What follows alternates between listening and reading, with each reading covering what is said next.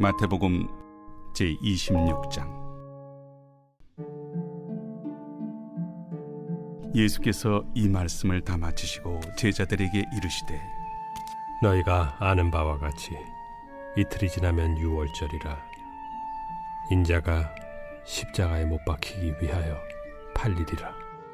그때 대제사장들과 백성의 장로들이 가야바라 하는 대제사장의 관정에 모여 예수를 흉계로 잡아 죽이려고 의논하되, 밀란이 날까 하노니 명절에는 하지 말자. 예수께서 베다니 나병 환자 시몬의 집에 계실 때 한 여자가 매우 귀한 향유 한 옥합을 가지고 나와서 식사하시는 예수의 머리에 부으니 제자들이 보고 분개하여 이르되, 무슨 의도로 이것을 허비하느냐? 이것을 비싼 값에 팔아 가난한 자들에게 줄 수 있었겠도다. 예수께서 아시고 그들에게 이르시되, 너희가 어찌하여 이 여자를 괴롭게 하느냐? 그가 내게 좋은 일을 하였느니라. 가난한 자들은 항상 너희와 함께 있거니와 나는 항상 함께 있지 아니하리라. 이 여자가 내 몸에 이 향유를 부은 것은 내 장례를 위하여 함이니라.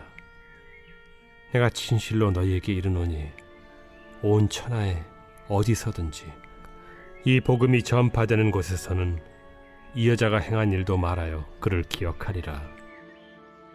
그때 12 중에 하나인 가룟 유다라 하는 자가 대제사장들에게 가서 말하되, 내가 예수를 너희에게 넘겨주리니 얼마나 주려느냐? 그들이 은 30을 달아주거늘 그가 그때부터 예수를 넘겨줄 기회를 찾더라. 할렐루야. 사랑하는 열린문교회 성도 여러분, 오늘도 주님이 주시는 참 평안 가운데 단잠 주무셨습니까? 3월 31일 금요일 아침을 깨우는 말씀은 마태복음 26장 1절에서 16절까지의 말씀입니다. 오늘도 살아계시는 하나님의 말씀이 선명하게 들려지고 또 그 말씀이 우리 삶의 기준이 되어서 세상 속의 모든 상황들 가운데 분별력을 가지고 그리고 판단하고 행동하는 우리들이 되었으면 좋겠습니다. 오늘 매일 성경 저자는 제목을 예수님의 죽음에 연관된 사람들이라고 지었는데요. 저는 오늘 말씀을 묵상하면서 과연 예수님의 죽음과 관련된 자들은 누구일까 잠시 묵상을 해보았습니다. 오늘은 크게 가야바를 비롯한 유대 지도자들, 그리고 헌신하는 한 여인, 그리고 마지막으로 가롯 유다, 이렇게 세 부류의 사람들이 나오는데요. 과연 누가 예수님의 죽음에 연관된 사람들일까요?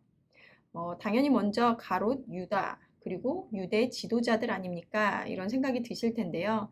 오늘 함께 말씀을 보시면서 제가 묵상한 내용들을 함께 나눠보도록 하겠습니다. 오늘 말씀에서는 예수님께서 십자가에서 죽으실 것을 다시 한번 말씀하십니다. 앞에 마태복음의 말씀에서는 총 3번에 걸쳐서 예수님께서 죽으실 것을 제자들에게 말씀하셨는데요. 이에 베드로는 항변하며 그리 되지 아니하실 것이라고 말하다가 예수님께 사탄아 뒤로 물러가라 라고 하며 꾸지람을 듣기도 했고, 또 다시 죽음에 대해 말씀하실 때 그 제자들은 크게 근심하더라 라고 하며 그들의 반응을 보여줍니다.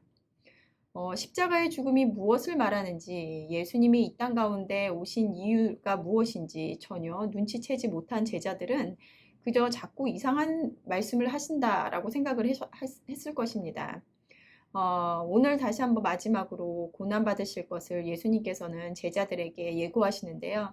26절 2절 말씀에 너희가 아는 바와 같이 이틀이 지나며 유월절이라. 인자가 십자가에 못 박히기 위하여 팔리리라 하시더라. 마지막으로 죽음을 예고하시는 이 말씀 뒤에는 바로 유대 지도자들의 음모가 나옵니다.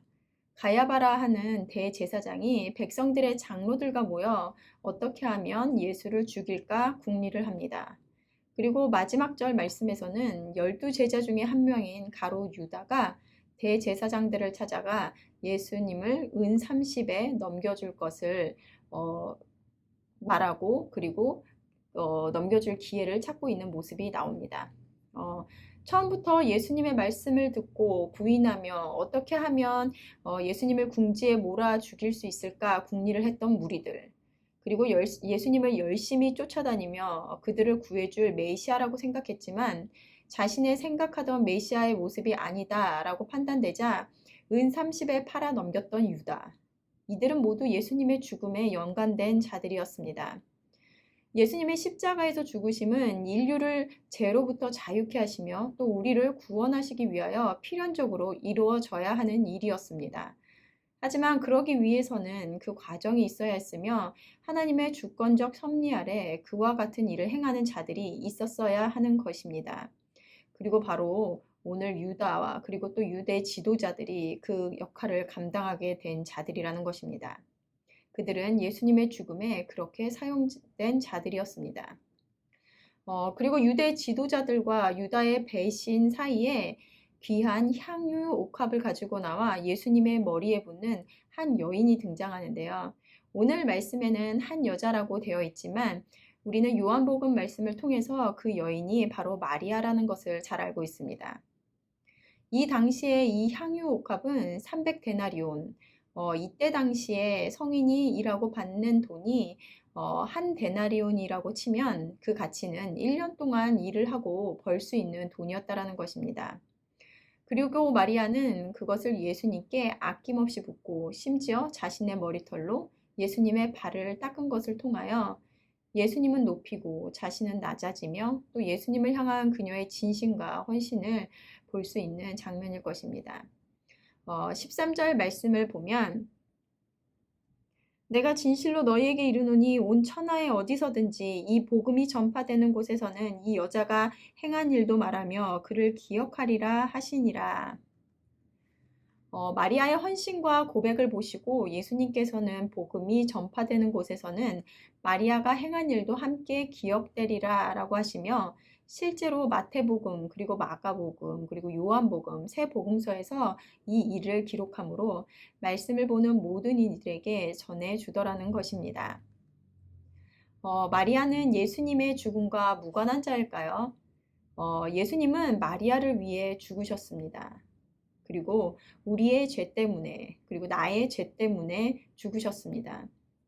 그러기에 예수님의 죽음은 하나님을 믿는 그의 자녀들에게는 죄와 사망으로부터 자유함으로 영원한 생명을 얻게 된 은혜의 사건이었다는 것입니다.